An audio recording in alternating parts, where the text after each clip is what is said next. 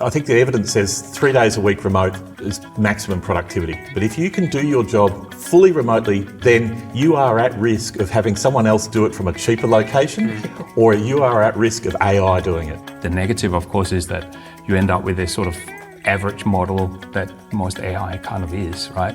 Statistics that sort of drives towards the middle. How do we then actually assess the result for whether it's accurate or not? AI takes more and more of those menial tasks, emotional intelligence, empathy, care, strong communication skills, listening skills. All of those things will become more and more important for workers. I think what happened with the pandemic is most people started redefining what work looks like for them, what their values are, what their life really entails. And I think that work plays such a huge role in people's lives.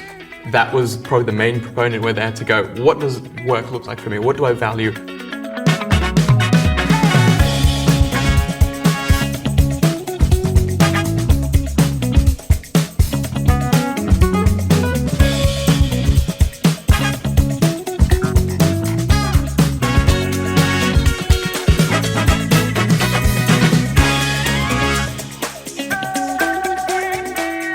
Hello and welcome to the Common Factor series. My name is Madeline Palmer and I'm the head of content at Factor. Welcome to the second part in our Future of Work series. It's great to have you all here today. Thank you so much for spending a little bit of time with us.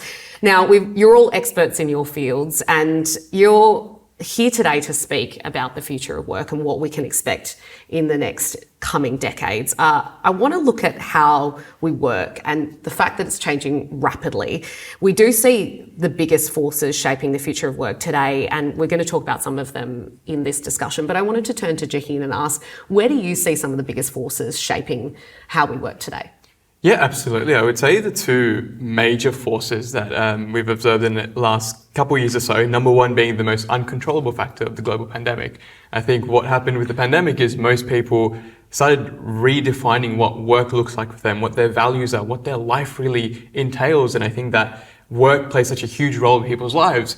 That was probably the main proponent where they had to go, what does work look like for me? What do I value? What do I actually want to do? And so that was, again, an uncontrollable factor for the world, for the globe. And the second factor that I would say, which gets a bad rep, you see an article every single week about this demographic being lazy, being entitled, but young employees, in particular Gen Z. As of 2025, 27% of the workforce will be Gen Z. So they've got different behaviors, different attitudes, different needs, interests. So I would say they're a loud voice, but not necessarily a very powerful voice. Yeah. And so I would say those are the two driving factors. Yeah, and I know you go into organisations and talk about how to empower the younger generation and the young workforce as well. So really looking forward to delving into that in this conversation. But Carsten, I want to go to you and ask you the same question as what are some of the forces that you're observing that are shaping the future of work today? Well, I think in the same vein, values is really important. Working in ESG, I think that is the embodiment of values beyond the traditional business environment of cost and delivery times and getting the product out to the customer. So values obviously is a very individual thing, but it's a streamlining of that within an organization so that everybody adhere to the same kind of values and move the business forward on that basis. So I think that's a major thing. Obviously, the elephant in the room is probably AI as well. There's going to be a lot of effort on that, and we see that across the board, trying to automate things. And frankly speaking, I'm not even sure we've seen even the tip of the iceberg yet. So what is actually going to happen to my kids in the future? What kind of jobs they're going to have? I wish I knew. Yeah. But yeah, and we can see policymakers trying to keep up with the rapid technological advancements with AI as well. And that's really an interesting space to focus on. Now, I'm going to turn to this side of the table and turn to the global geopolitical shifts and economic trends that we're seeing shaping the future of work as well. Jeremy, where are you seeing the biggest influence at this stage? So we've passed peak globalisation. Even before COVID, on almost any metric of trade, we've actually seen the world contracting and shrinking back. Trading with our friends, not trading with everyone, but in fact trading less. And so that contraction as we bring things back was accelerated by COVID. So we're now seeing onshoring or friendshoring, where firms are trying to bring back and control risk. And that means new industries coming back into Australia or maybe remaking some industries. We're seeing this in the US, obviously, with the Make America Great Again trend.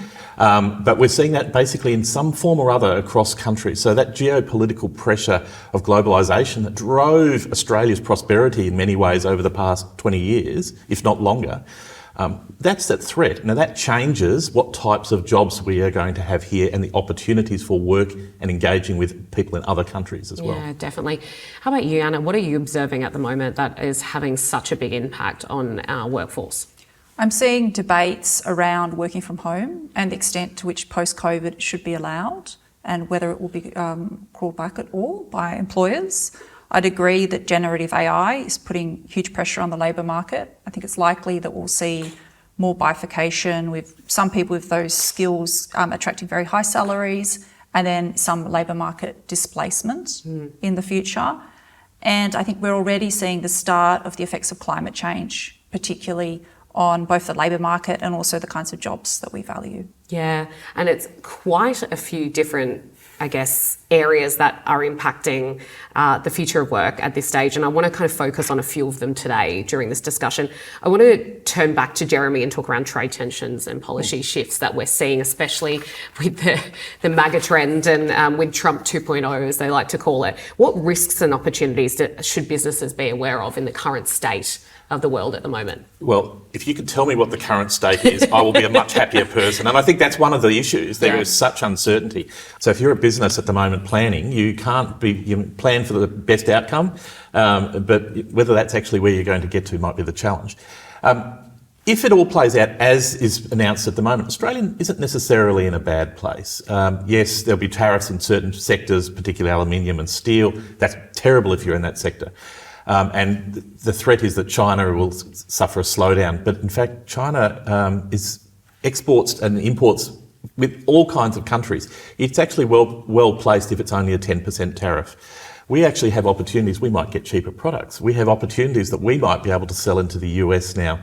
So it is not all on the downside in any kind of way. So I know it's easy to think of tariffs in the world shrinking as bad, but we might just skirt around the edge. Now, that's not guaranteed. We might actually have more tariffs and that might become a bigger challenge. Yeah.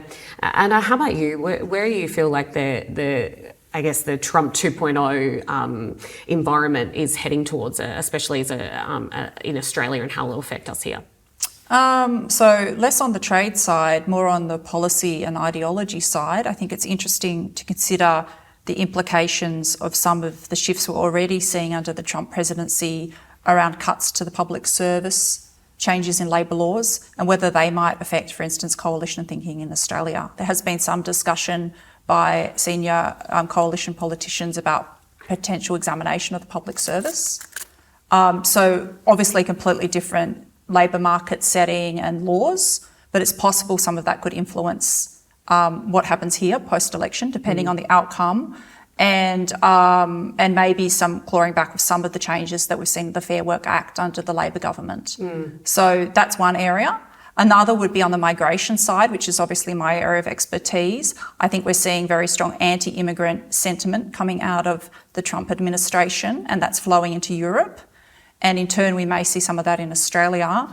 And that could have implications for our migration settings, which in turn have strong implications for the economy. Yeah. I want to turn to Carsten at this point. This is probably a great chance to talk to you, your experiences in ESG, but also a modern slavery expert as well. So talk me through, I guess, where you're seeing some of the shifts as of recent, especially with the geopolitical environment that we're dealing with at the moment. Well, I think the US already had a legislation to prevent forced labor product coming into the US. And while there's been a movement against ESG as such, it's not everything that is sitting under that umbrella. And I actually think that there's going to be a stronger enforcement on what they will allow in. And to Jeremy's point, I think that might actually push some of the products elsewhere. We have the contradiction between solar panels that are largely being made in certain regions, and there's still what is alleged slave labor in those regions.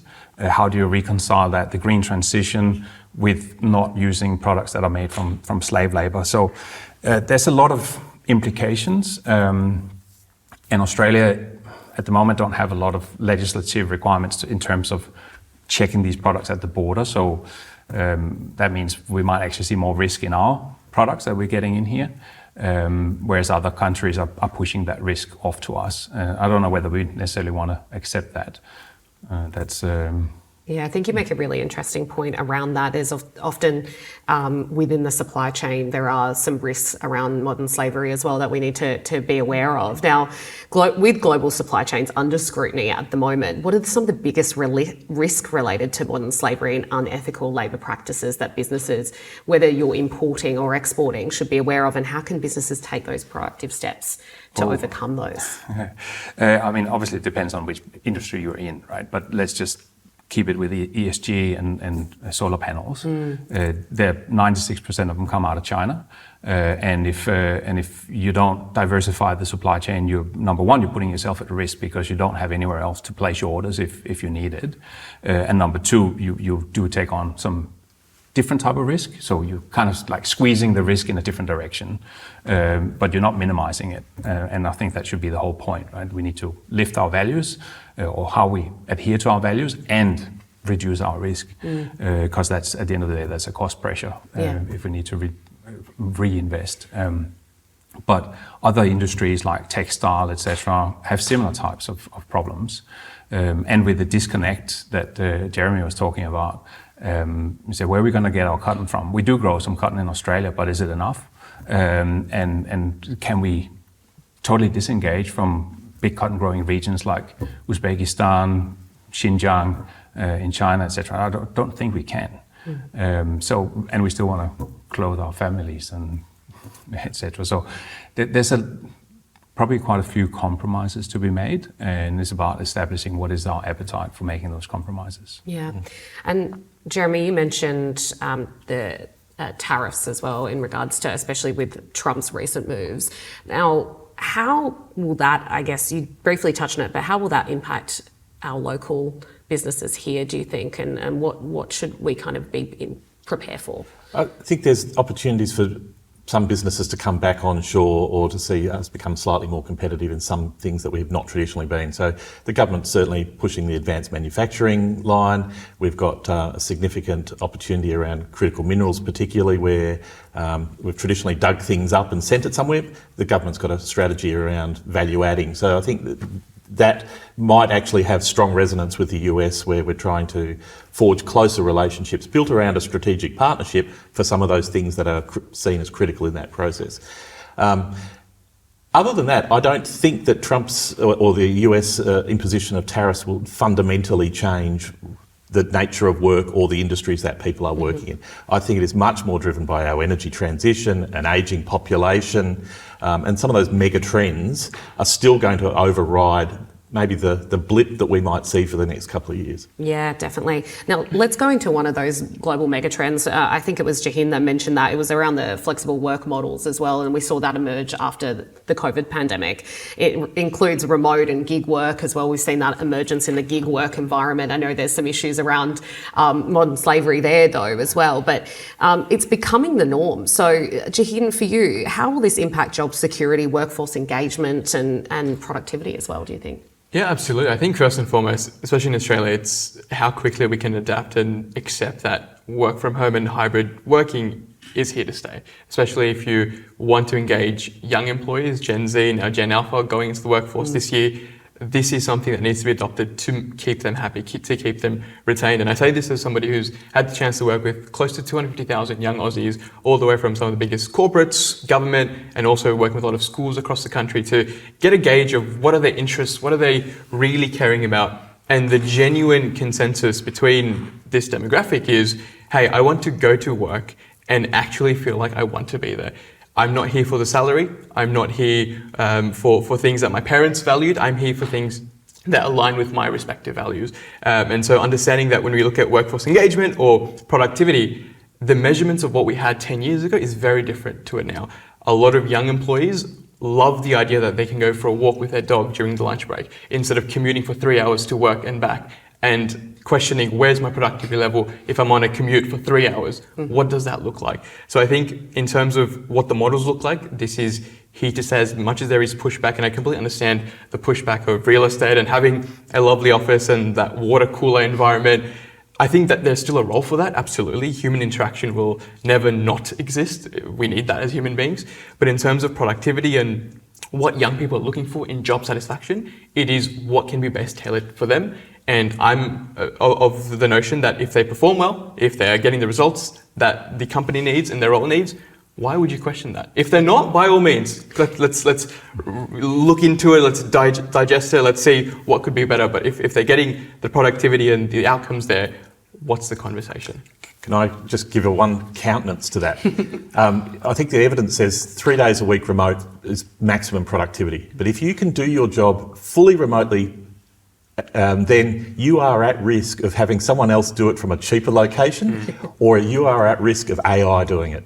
So there is a real tension here. People want this. If they want it too much and it's too successful, that could be the demise. It's a fantastic point that you make, Jeremy. The last part one of this series, one of the futurists we had on here mentioned the idea of a 20-hour work week and that he thinks we're moving to that. But I'd love to hear a counter argument to that. I mean, Anna, where do you think this trend in remote but also gig work and flexible work environments, how is it impacting the global environment, but also here in us in Australia? I mean, some things can be made remote and others can't, right? So I see your point in terms of a lot of service work.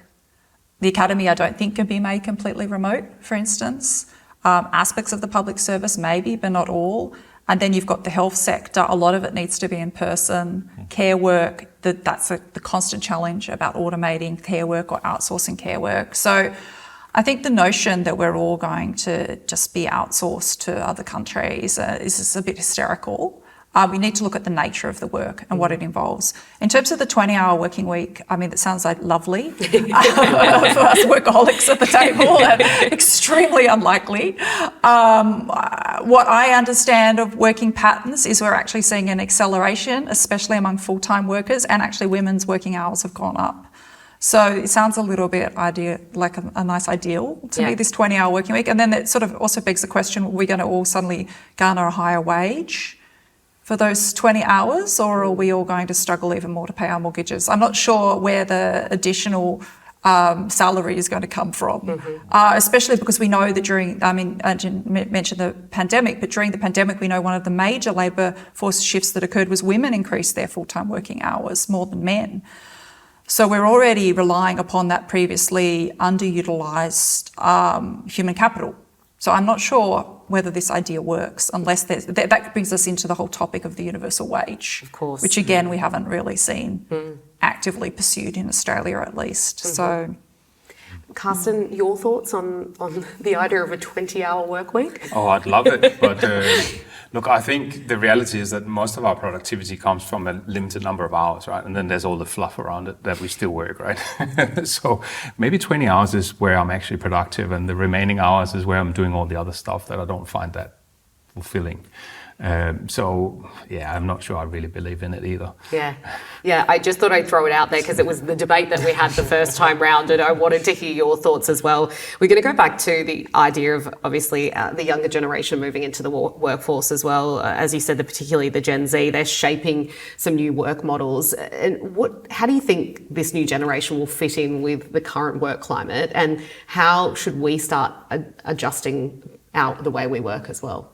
Yeah, absolutely. I think with any change, there will be a lot of friction. And when we look at Gen Z, especially the young employees, they're a loud bunch, but they're not a powerful bunch in the sense of if you look at the C-suite, executives and leadership roles, in many cases, they're not Gen Z, right? They're people who are trying to advocate and find their role at an organization or a company, but they're not able to make those changes. So I think understanding that culture, that if you want to retain, and these are the conversations that we're having with some of Australia's largest companies across different states, whether it's whatever industry it is, we work with the peak bodies, tech companies, their biggest struggle now is how do we retain Gen Z? Because in many cases, young employees have almost too many options these days, where when I speak to my parents, for example, the idea of loyalty for them was huge. I want to work somewhere for 10, 15 years. That's a badge of honor. But then you look at myself, for example, I'm putting myself on the spot. If my needs aren't met, if I'm not fulfilled, if I don't feel like I can properly flourish and be upskilled and learn, I'm not going to stay here. Like, no matter how long I'm here. And again, this could be something that just because of our upbringing, or again, the Gen Z demographic is the only generation that's lived in the digital age. We don't know a world without the internet. The younger Gen Z and Gen Alpha don't know a world without smartphones and iPads, and in many ways that's sort of another realm of they've got so many options and so many sources to consume. There is no one shoe-size-fits-all approach anymore. So it's an interesting one. There'll be a lot of friction. There is a lot of friction. Like I said, every week there's a new article that's being published about Gen Z and entitlement and all these things. But it doesn't come from a bad place. It comes from the changes in the world and the things like the global pandemic, which was huge. Like, it made people really rethink their life. So yeah, it's an ongoing conversation more than anything. Yes, and I mean, a question to you, what organisations do you think are embracing the younger generation the best and also empowering them the most at this stage? What sectors do you feel like are getting it right? Yeah, it's an interesting one. I won't be able to pinpoint one exactly, but I would say the organisations that are in tech in particular, I've seen them do really well in the sense of understanding the role of young employees and the culture side of things. And a lot of tech companies are hiring young people in leadership positions to showcase that, hey, you can't be what you can't see. Here is somebody in a leadership role. So if you stay here for a long duration of time and work with us and build with us, this could be you. And I would say the closest would be tech companies, mainly because, again, we talk about the digital age. They understand how many people are digitally included and talking on apps and on these platforms. So yeah, I wouldn't be able to pinpoint anyone specifically, but I would say the biggest optimism levels would be the tech companies. Yeah, for sure. And we're talking about hybrid work models here as well. And I wanted to throw it out to all of you in talking around is there a downside? Do you see a downside to us embracing hybrid work models? Jeremy, I can see you nodding away. Well, economists always think of benefits and costs. So there's always a cost. Where are the cons for you? So, how many people met their spouse at work? Now, that just takes away that social interaction. But equally, the formative years of working are when you actually learn the most.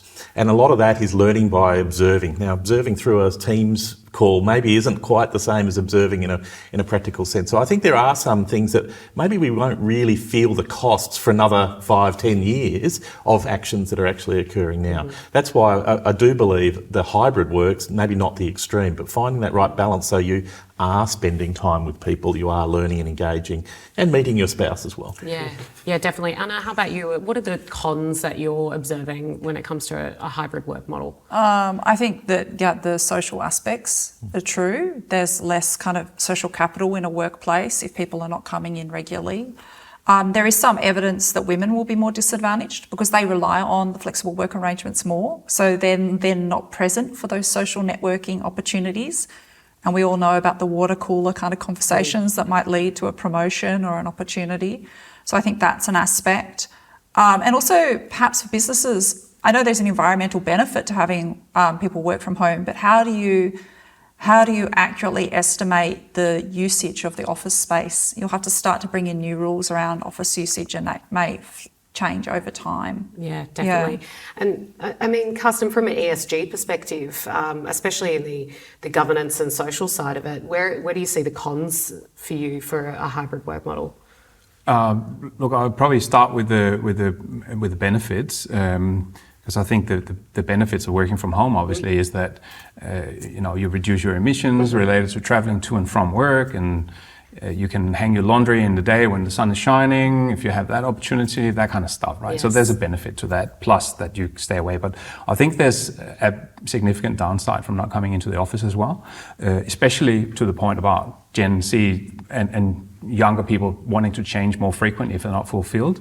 It's harder to get ingrained into a new office culture if you don't actually meet your peers.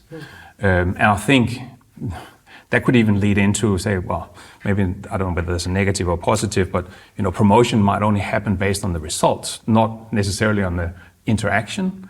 So you might not actually get the right leaders promoted because it's only the result that gets presented via electronic format, but there's never that interaction in the office environment. And I think that's important so a hybrid model, I think, is absolutely the ideal. Yeah, I completely agree with that. They almost become a number rather than an individual. So it's a really good point. And I want to talk about another global trend that we're obviously seeing, which is the impact of technology on the future of work. It's causing a lot of disruption. We're seeing benefits, we're seeing disruptions, and we're seeing cons as well. But look, I'm going to go, Jeremy, to you first. We constantly talk about our favourite buzzword, AI, especially in these discussions, and also hyper-automation as well. It's reshaping industries. What jobs and skills are most at risk, do you think, and what new opportunities might emerge, though?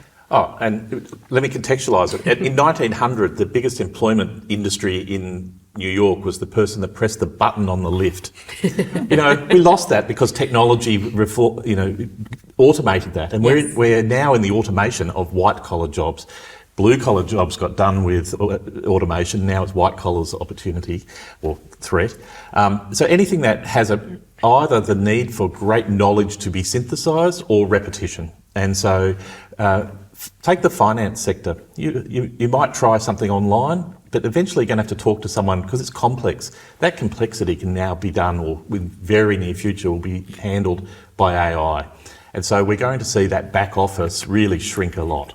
That would be great for consumers. It'll be faster, more accurate. Maybe we don't feel it more accurate just at the moment, but I think we are actually on the cusp of it. So there are jobs, and it was mentioned, some of them will be much higher paying jobs, but that will free up opportunity as well. We are in an ageing population, and actually the percentage of the community that is going to be working and paying taxes to support all the aged care and the older generation is shrinking. So actually they need to be more productive just to support the whole community. And AI has that real opportunity. Yeah, for sure. Jahin, you've mentioned it already, how it is being embraced by the younger generation, as we know. How can businesses and workers prepare for these rapid changes given by AI? Yeah, absolutely. I think the first thing would be, I guess, creating a culture and telling young people that they're not going to be replaced, and lessening that fear-mongering sort of approach. Because when we get to work with a lot of young people, a lot of people are feeling senses of helplessness and hopelessness of, hey, will I be replaced? What degree do I even do? Will it be even relevant? We look at industries like healthcare, for example. It's universally being a industry that's safe, that's respectable, that's one that will always grow. But then we were working with a peak body for optometrists, and for example, and they were saying, hey, there's an oversaturation of healthcare workers now. They're not getting jobs. And so there's always this conversation of how do we engage young people in a way that give them hope, give them the pathways, and if it doesn't work out, making sure, again, another area of the skill side of things. Even if a career doesn't work out, and young people have about 10 jobs in their lifetime, according to recent research, how do you make these skills transferable? How do you make these human skills that they need to develop so they can go into any job or any role? So I would say that businesses need to focus a lot on the upskilling element of making sure that they're trained. That's how you retain them, especially Gen Z employers who want that learning and development aspect. So it's an interesting one, but I would say a lot to do with that culture side of things and upskilling as much as possible. And Carsten, same question for you around the impact of AI. I know that there is concern around the use of AI within our enterprise, just with the fact that it comes with risks. It's known to have inherent bias by the models, it's the large language models and the data it's trained on.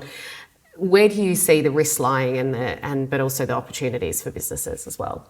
Well, I think if I can start with the opportunities again, because I think... I like your positive mindset. Yeah.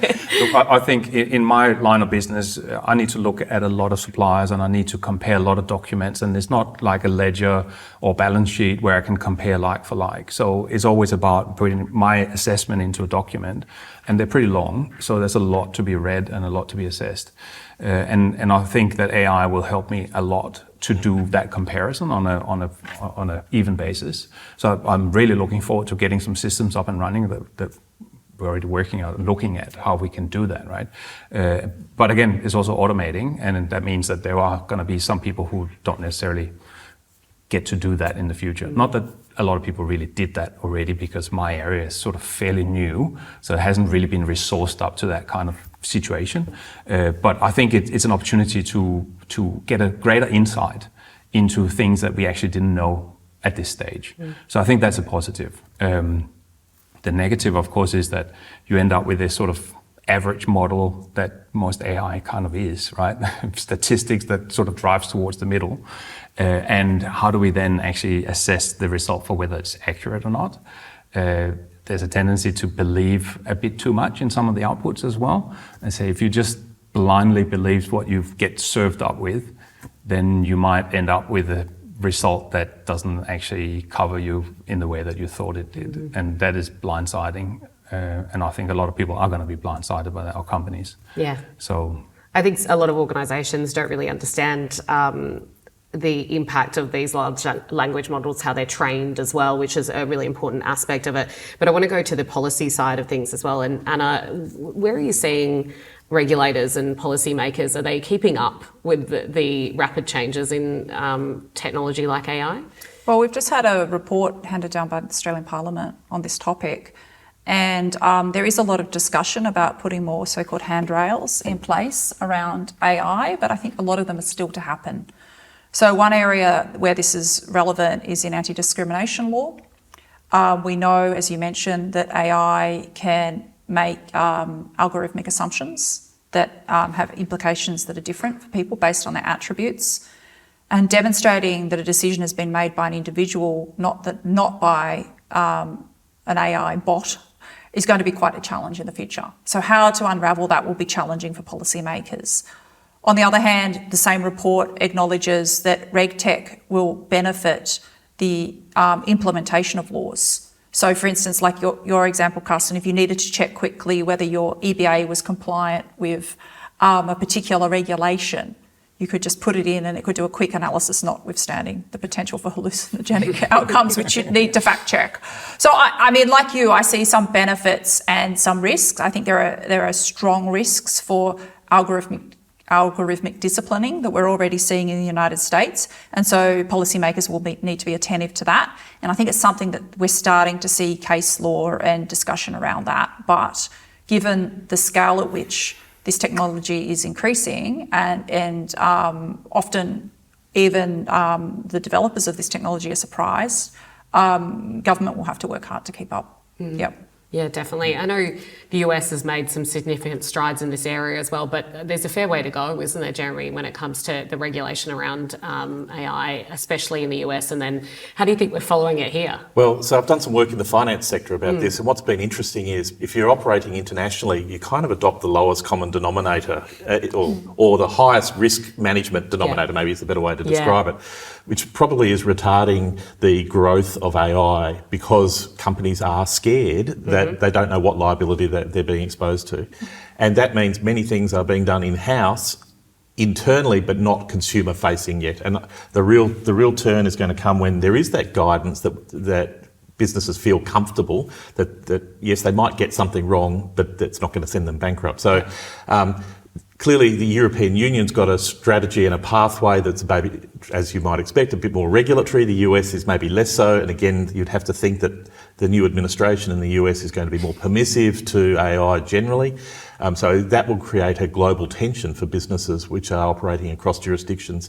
And given that so much is digital now, almost every business is operating cross-jurisdictionally. Yeah, and it's going to be interesting for global businesses as well. So, and working across different regions. It was interesting. We had a discussion at a roundtable just recently around the different levels of regulation and how you manage all of that. But it is adopting the highest or lowest common denominator, as you, depending on which way you look at it. But I know AI is being embedded into our decision making as well when it comes to leading businesses and organisations, and especially with the ethical use of AI.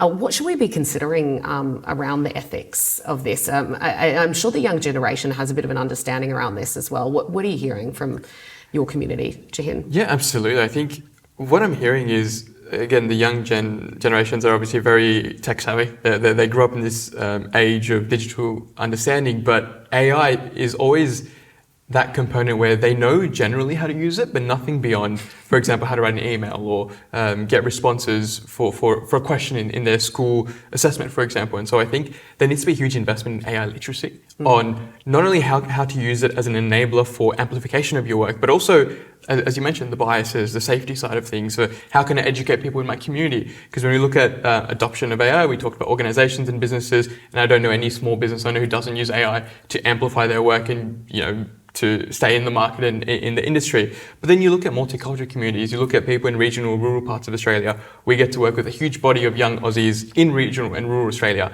They don't use AI. They don't understand AI. They know AI from the news. They know AI from what is being fed to them online, on Instagram or on TikTok. Nothing beyond that. They don't even know how to utilize AI for an email or ChatGPT for, receiving support there. So I think AI literacy and a huge investment needs to be done, especially for those parts of the country that need a bit more of that resourcing. Being able to support that, and literacy comes as the education component. Definitely. Now, I'm going to get us to, I guess, put our crystal balls out. I like to do this towards the end of the session, but it's hard to predict what the future holds. But we're going to fast forward 10 years. And Carsten, I'd love to start with you about where you see the workforce sitting in 2035. What does it look like to you? Obviously, we're going to have different types of workers, but from your perspective, what will global supply chains look like, and then what will our workforce look like? Big question. Global supply chains ideally would look like there's no slavery, and everybody is doing things according to the specification that we'd like, and we are on track to meet our net zero commitments globally. That's a big question whether that's going to happen, but ideally, and I think that we're working towards it, and I think there's a lot of technology solutions in train as well. The workforce itself, I think, is maybe flip it around from a sort of a large corporate perspective. I think it's really important to have those values clear so that you can attract and retain the workforce that you do need. Because everybody's still going to need that workforce, right? And the relationships, etc. So I think being really clear on that and making sure that it's not all just about profit and ticking in and ticking out, or clocking in and clocking out every day, I think is really important to retain that. So. And you mentioned as well earlier on, we were talking around AI, obviously, but predictive analytics and advanced analytics can help with, I know, ESG tracking and also decarbonisation efforts. So I think, do you feel like that's going to really assist in that definitely. That journey? Yes, it is. It's going to help us understand the basis of everything, and that, in a sense, can say the people who are working in that field will get the more interesting jobs. Rather than the sort of the baseline analytics and gathering data, etc. So I think there's a more interesting future ahead for the people who work in this space. Yeah, fantastic. I'm going to turn to this side of the table for this question as well. Anna, what, from your perspective, what does the next, if we fast forward 10 years, where do you see the workforce? I mean, it was Jeremy who mentioned it. We're going to have structural ageing, and that's already happening.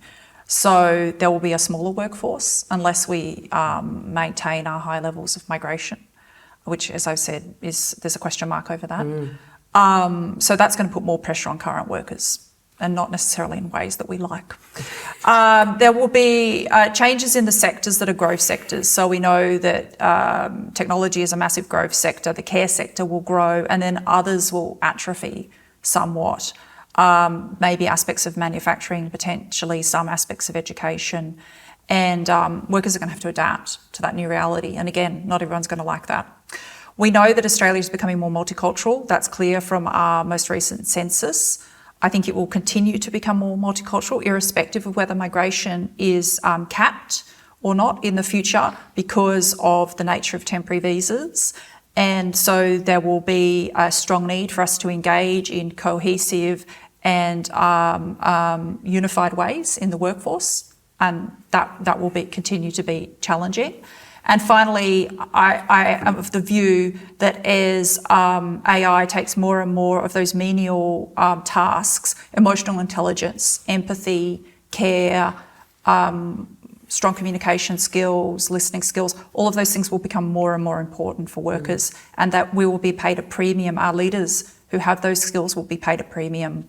And they're quite hard things to measure, but they will somehow be sought after because everything else can be sort of done by a machine. Yeah. I think you make a great point around soft skills and the importance of soft skills, and we often don't talk about that.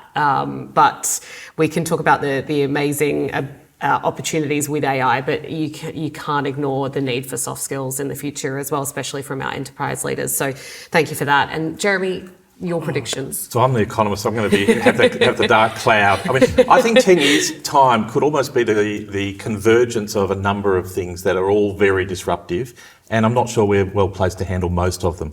So ageing population is certainly one of them. Smaller workforce. Can we adopt technology in a way that the smaller workforce can produce the same kind of outputs? I don't think we'll really feel AI in the next 5 years. It's still an emerging technology. But I think 5 years after that, where we're at 10, will be almost that peak period of disruption. So we're going to see that kind of change. At the same time, we're seeing the geopolitical shift. So we've relied on China for our great prosperity over the recent years. It's past its peak population. It's got lower growth, geopolitical tensions.